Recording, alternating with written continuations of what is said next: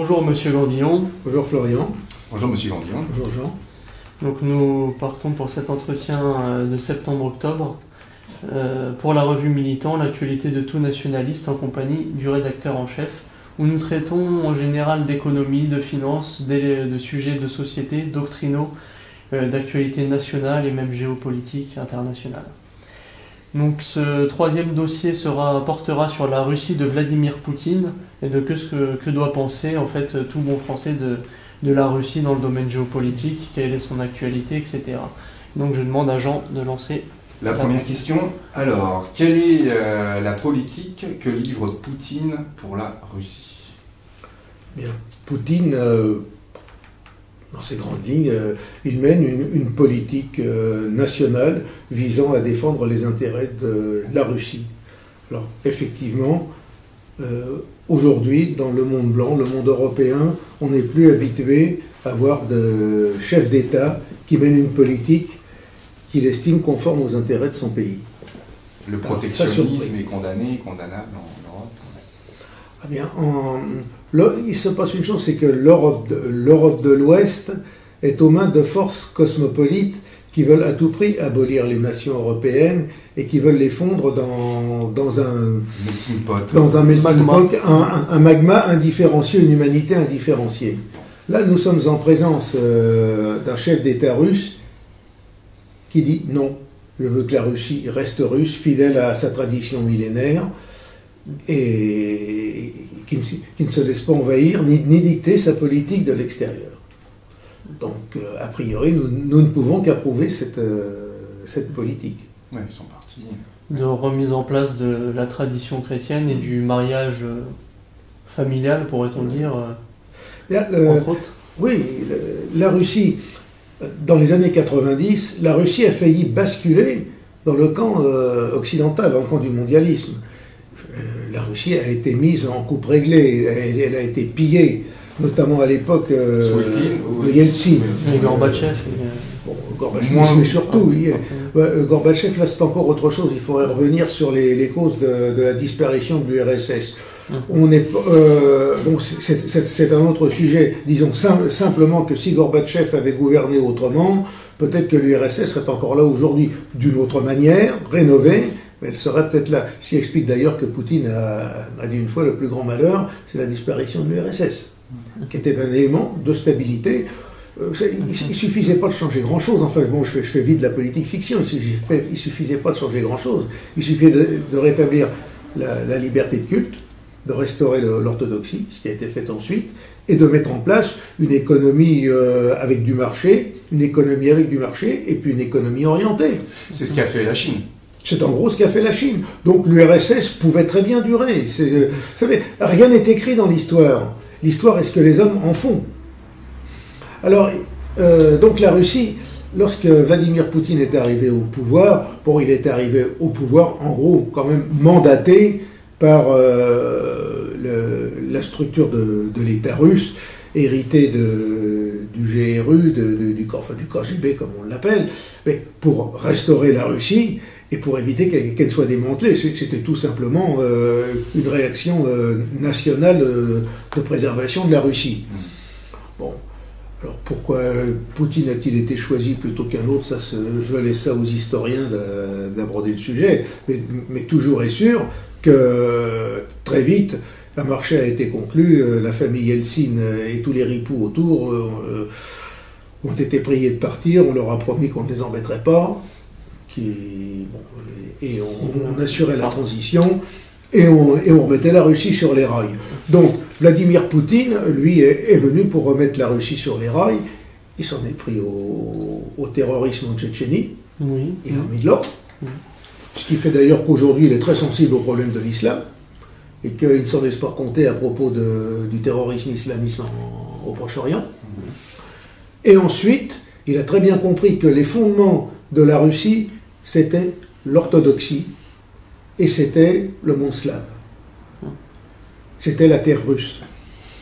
Bon. Et à partir de là, il a monté sa politique de cette manière-là pour défendre les intérêts de la Russie. Avec ceci en plus, c'est que Vladimir Poutine, contrairement à nos chefs d'État européens, fait profession de chrétiens orthodoxes. Aujourd'hui, vous voyez la plupart de nos dirigeants, Avec des athées. ce sont des athées de fait ou des athées politiques. S'ils ont une foi, ils n'osent pas l'afficher. Ce qui veut dire que peut-être elle est très très faible, ou alors ce sont des lâches. Mais Vladimir Poutine affirme clairement sa foi. Il sait s'entourer des conseils du patriarcat. Ce qui est extrêmement important dans un pays, c'est qu'il y a un souffle spirituel. Sans souffle spirituel, un pays s'étiole, un pays meurt. C'est d'ailleurs pour ça que la France, avec la République, depuis 2 siècles, est un pays qui s'étiole et qui, en gros, communique sa gangrène à l'ensemble de l'Europe. La France a vécu sur son air pendant 2 siècles, mais à la fin, ça s'use, d'autant plus que le moteur n'a pas été changé. Et peut-on dire que Poutine applique une politique patriotique quand il fonde cette Union eurasiatique, ou qu'il souhaite cette Union eurasiatique? Alors, l'Union eurasiatique est un moyen pour la Russie de maintenir en place, évidemment, ces réseaux, disons, traditionnels hérités de l'Empire russe, tsariste, et puis de l'Empire soviétique. C'est-à-dire pour arriver à maintenir dans un même ensemble économique, disons, géopolitique, toutes les anciennes terres de l'Empire. Mais il y a une vision encore beaucoup plus vaste, c'est que il pense en termes de défense de la civilisation européenne. Dernièrement encore à l'ONU, il a lancé un appel à une coopération, en gros, de Brest à Vladivostok, et il a appelé les États européens à la raison, de s'entendre, de s'unir, de créer un espace commun. Nous partageons la même civilisation, nous partageons les mêmes fondements historico, politiques et philosophiques et religieux. Il dit, mais entendons-nous.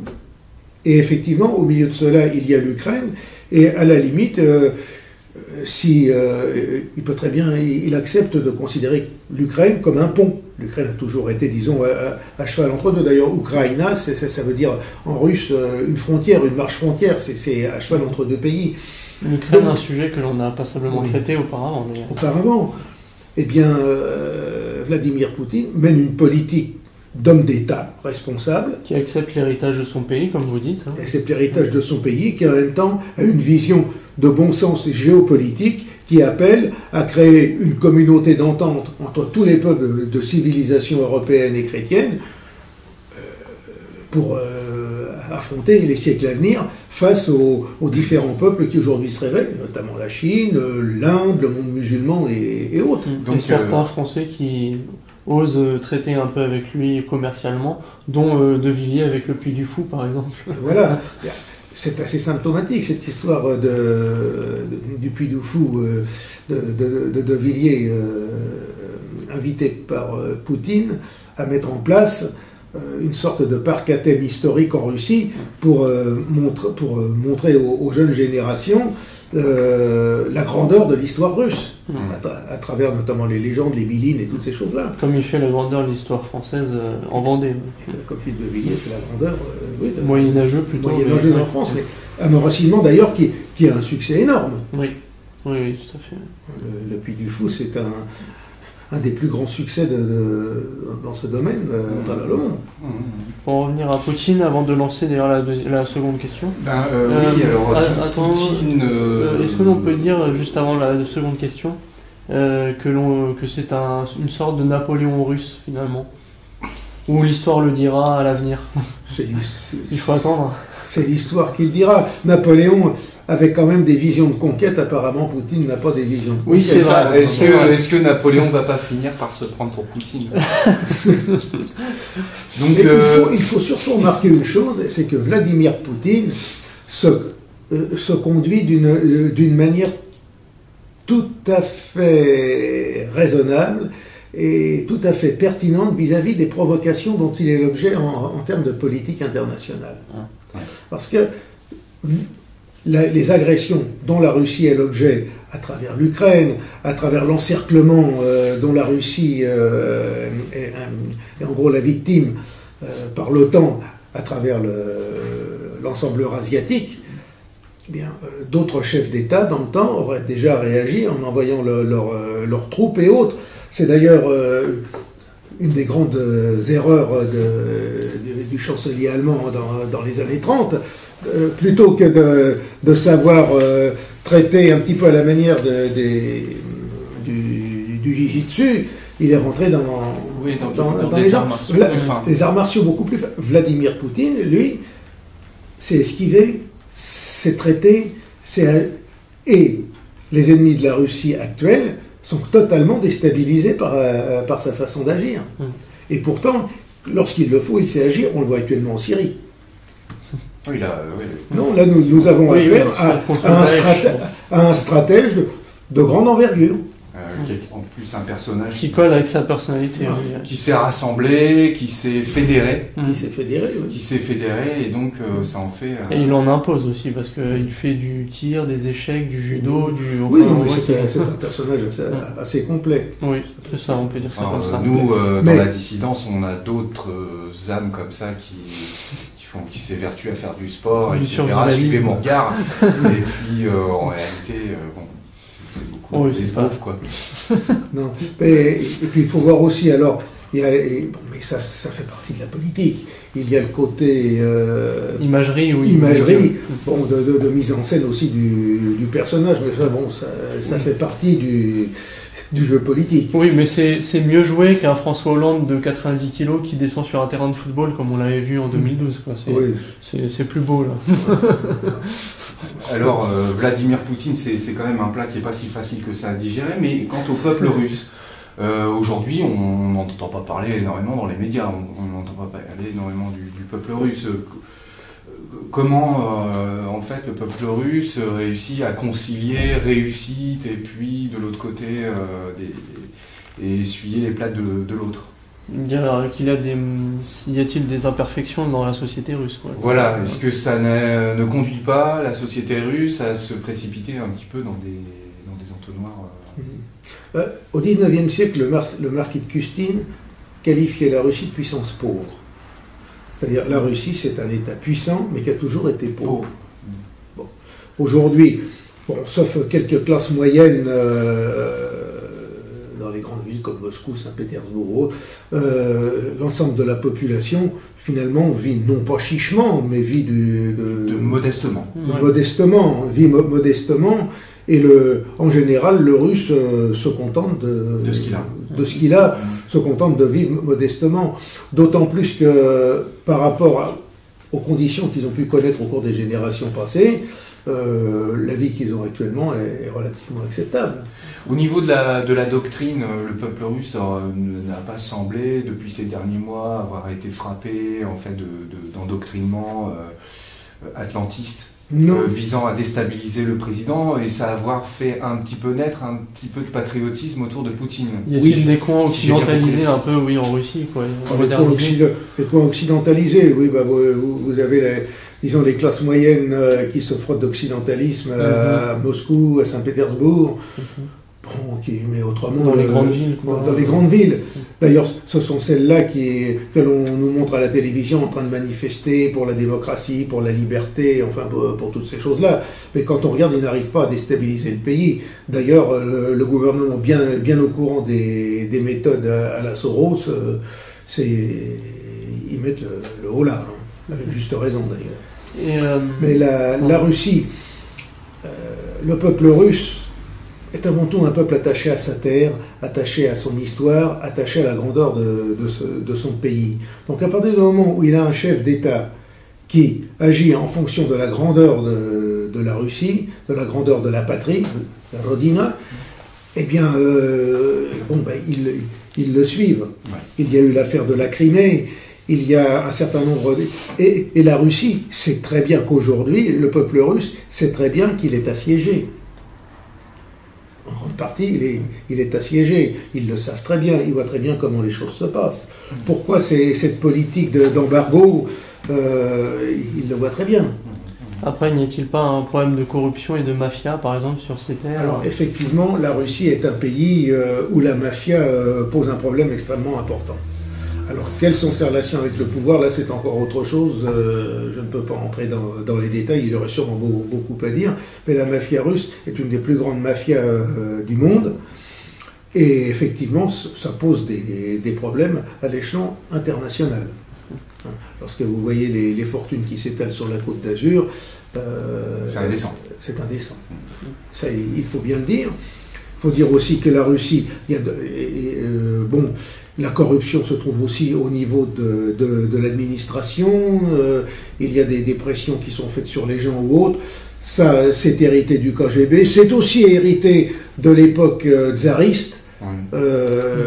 Beaucoup de gens s'en plaignaient à l'époque tsariste, mais on dira ça c'était il y a longtemps. Mais effectivement, il y a un certain nombre de choses qui rentrent en ligne de compte. Qui rentrent en ligne de compte, mais qui en Russie doivent être, disons, non pas dénoncés, mais jugulés. Hein. Voilà. Et encore une fois, on peut compter sur l'ami Poutine apparemment pour remettre de l'ordre quand. Mais là, lorsque ça va trop loin, mais vous savez, pour changer le fondement d'un pays, c'est extrêmement difficile. Oui, c'est pas un seul homme, c'est pas un seul homme. Ou alors même, vous pouvez utiliser les méthodes staliniennes, vous ramassez les gens, vous les envoyez dans des camps, mais à ce moment-là, vous déstabilisez le pays, et puis c'est pas à la mode actuellement. 140 millions de morts, ça risque de faire des ordres. Hein. Non, ça serait pas 140 millions, mais enfin, je veux dire, c'est pas à la mode, ils en ont assez mangé de cette soupe-là. Il y a un autre problème en Russie, c'est l'économie. La question de l'économie ou migratoire, un peu, il y en a un peu, je crois. Il y en a un petit peu, oui. Les tchorniks, c'est-à-dire toutes ces populations de la périphérie russe qui viennent à Moscou, qui viennent dans les grandes villes, et qui sont mal acceptées par les Russes eux-mêmes. Mais là, plutôt asiatiques, c'est ça? Il y a des Asiatiques, mais il y a aussi des gens qui viennent des anciennes républiques soviétiques d'Asie centrale, qui viennent du Caucase. D'accord. Il y en a un certain nombre. Ceux-là, alors là encore, ces gens-là peuvent être parfois avec des comportements sociaux assez troubles. J'aurais voulu simplement dire une chose, c'est sur l'économie. Sur l'économie, oui. L'économie russe. Bon, l'économie russe est une économie qui a des secteurs de pointe, des secteurs extrêmement solides, mais qui manquent de cette souplesse. De cette souplesse et de cette production intermédiaire de biens de consommation qui permettent, et surtout de structures de moyennes entreprises qui est nécessaire pour constituer la substance d'une économie solide. Ouais. Donc là, il y a un gros travail. Le gouvernement russe en est conscient, que ce soit Poutine, que ce soit Medvedev, ont lancé depuis longtemps des appels pour mettre en place, disons, des incitations à la création de ces milieux. Mais là encore, ça ne se fait pas du jour au lendemain. C'est-à-dire que la vraie plus-value sur la matière, c'est de faire des produits manufacturés. Et de faire des produits manufacturés. Et ne pas vendre des matières brutes, ce qui leur joue des mauvais tours aujourd'hui. Voilà. Et dernière question avant la troisième, enfin dernière chose plutôt, sur le révisionnisme, apparemment il est combattu en Russie. Vous pouvez l'expliquer. Alors là, c'est la position ambiguë de la Russie qui peut se comprendre par certains côtés, étant donné que l'histoire russe s'est construite dans la lutte contre le, entre guillemets, nazisme. Et la Seconde Guerre mondiale, la Grande Guerre patriotique, ça a été contre Hitler, ça a été contre ceci, contre cela. Et à partir du moment où ils veulent assumer l'histoire russe, de ces dernières années, d'autant plus que l'armée russe a conservé l'hymne de l'armée rouge. Donc, il y a c'est assez ambigu. Ça peut s'expliquer d'un point de vue historique, et de l'autre côté, on peut aussi penser qu'il y a une volonté de s'intégrer d'une manière ou d'une autre à un ordre mondial, de ne pas se couper tout le monde. Là, oui, la situation est beaucoup plus ambiguë. Mais il n'en reste pas moins que, autant que je puisse savoir, la liberté d'expression est aujourd'hui paradoxalement beaucoup plus grande en Russie que chez nous. Il y a autre chose aussi. Beaucoup de nos amis ont été étonnés du fait que que Poutine a inauguré la plus grande mosquée d'Europe. Oui, il y a eu ça. À Moscou. Et paraît-il que ce n'est pas une inauguration. Ce n'est pas une reconstruction. Une reconstruction. Alors là encore, bon, effectivement, a priori, mais pourquoi laisse-t-il faire Comme par hasard, en fait, je suis comme vous, j'ai été très surpris par la nouvelle, et les titres de la presse ont été quand même assez bien camouflés. Et comme par hasard, ça émane au maximum de la presse de nos amis de la grande famille. Et il faut voir, la Russie est un pays qui comporte, depuis Ivan le Terrible, un certain nombre de musulmans. Oui, donc pour ne pas se mettre à dos non plus certaines populations. Ils ne sont pas tellement nombreux. Ce sont notamment les Tatars de la Volga.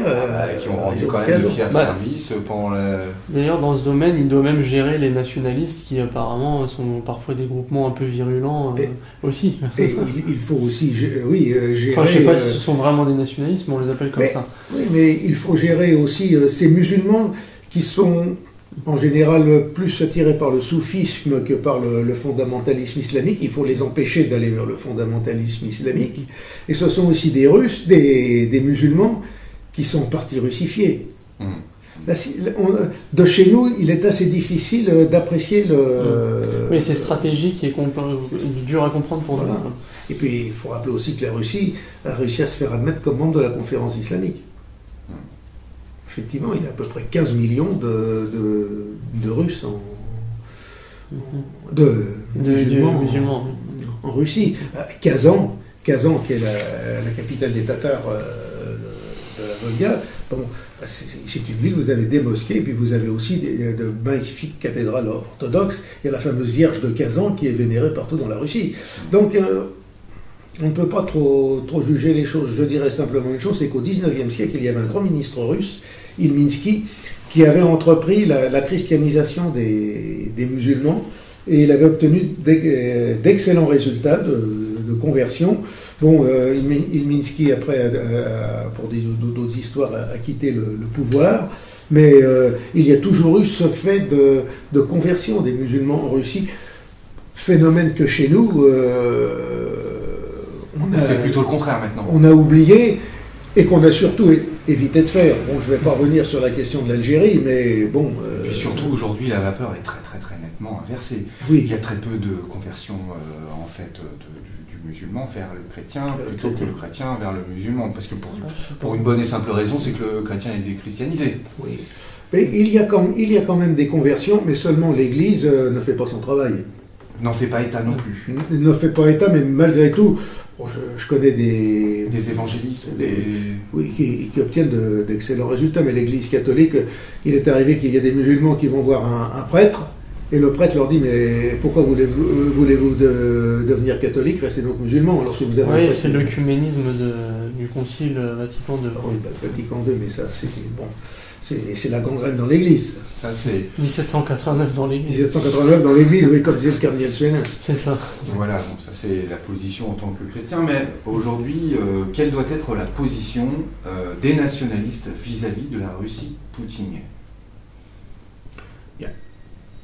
Étant donné les positions prises par Vladimir Poutine actuellement, nous devons soutenir la politique russe, qui est une politique de bon sens de défendre des intérêts de la civilisation européenne.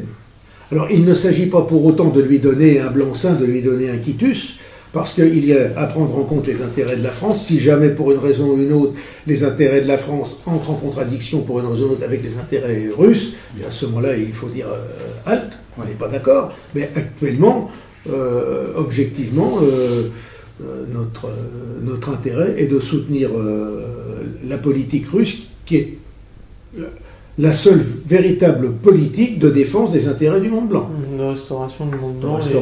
Et un peu comme opposition à l'engrenage de l'empire américano-sioniste de l'autre côté. Quoi.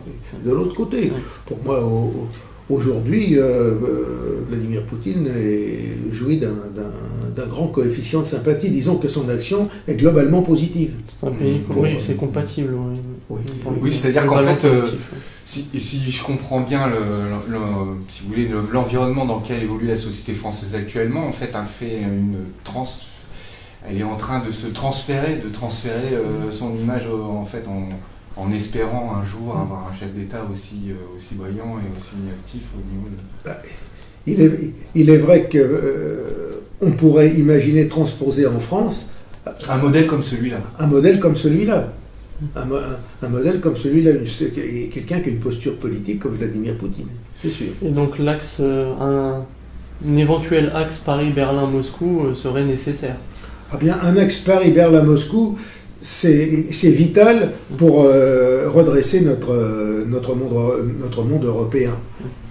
La France, on ne peut pas faire l'économie de la France dans le monde européen. L'Allemagne, c'est une puissance incontournable aussi. Et puis la Russie, étant donné son espace, est le complément même. D'autant plus que si l'on veut préserver les marches asiatiques du monde blanc, c'est-à-dire la Sibérie, la Russie ne peut pas faire l'économie de l'aide occidentale. Et nous, pour nous préserver d'un éventuel danger venant de l'Asie, on ne peut pas se passer de s'entendre avec les Russes. Absolument. Parce qu'il faut bien voir une chose, la Russie, les dangers sont rarement venus de l'Ouest, ils sont toujours venus de l'Asie. Bon, écoutez, on va clôturer cet entretien en rappelant à nos auditeurs la sortie de la revue Militant numéro 674 du mois de septembre. Le mois de septembre, oui. Et donc le numéro d'octobre qui sort à la fin du mois. Et le numéro d'octobre qui sortira vers le 25 octobre. Avec déjà, je peux déjà l'annoncer, un éditorial qui va traiter de la décérébration des Français. Donc plein d'actualités. Voilà. Et donc éventuellement dans le prochain entretien, nous traiterons d'agriculture, d'école et d'emploi. Et d'emploi. De l'emploi. Merci Florian, merci Jean. Merci.